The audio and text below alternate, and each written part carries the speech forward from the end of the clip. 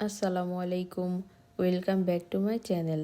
আজকে আমি আপনাদের তৈরি করে দেখাবো মুচমুচে পটেটো চিপসের রেসিপি।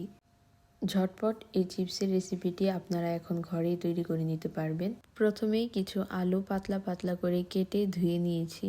একটি পাত্রে পরিমাণ মতো পানি নিয়ে নিয়েছি। অল্প পরিমাণে লবণ দিয়ে সবগুলো আলুকে সেদ্ধ করে নিব। 2 থেকে 3 মিনিট সময় সেদ্ধ করে নিতে হবে, বেশি সময় সেদ্ধ করা যাবে না। আলুগুলো সেদ্ধ করা কমপ্লিট, এবার পানি ঝরিয়ে তুলে নিচ্ছি। আলুতে কোনো রকমের এক্সট্রা পানি থাকা যাবে না, এর জন্য কিছু টিস্যু বিছিয়ে নিয়েছি। এবার আলুগুলো বিছিয়ে দিচ্ছি। এর উপরে আরও কিছু টিস্যু দিয়ে চেপে চেপে আলুগুলো থেকে পানি মুছে নেব।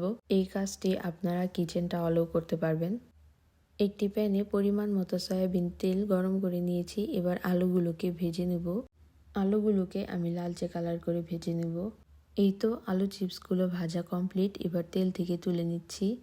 বাদবাকি আলুগুলোকেও একই পদ্ধতিতে লালচে কালার করে ভেজে নিচ্ছি।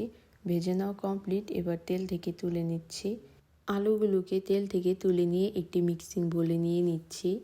1/2 চামচ পরিমাণে কালো গোলমরিচের গুঁড়া, 1/2 চামচ পরিমাণে লাল মরিচের গুঁড়া এবং 1/2 চামচ পরিমাণে বিট নুন দিয়ে সবগুলোকে ভালোভাবে মিশিয়ে নিচ্ছি। সবগুলোকে ভালোভাবে একত্রে মিশিয়ে নিলেই তৈরি হয়ে যাবে আলু চিপস। মাত্র 5 মিনিট সময়ে ঝটপট বানিয়ে ফেলা যায় এই মুখরোচক আলু চিপসগুলো। ঝটপট তৈরি এই আলু চিপসের রেসিপিটি আপনাদের কেমন লেগেছে অবশ্যই কমেন্ট বক্সে কমেন্ট করে জানাবেন। ভিডিওটি শেষ পর্যন্ত দেখার জন্য অনেক অনেক ধন্যবাদ। আল্লাহ হাফেজ।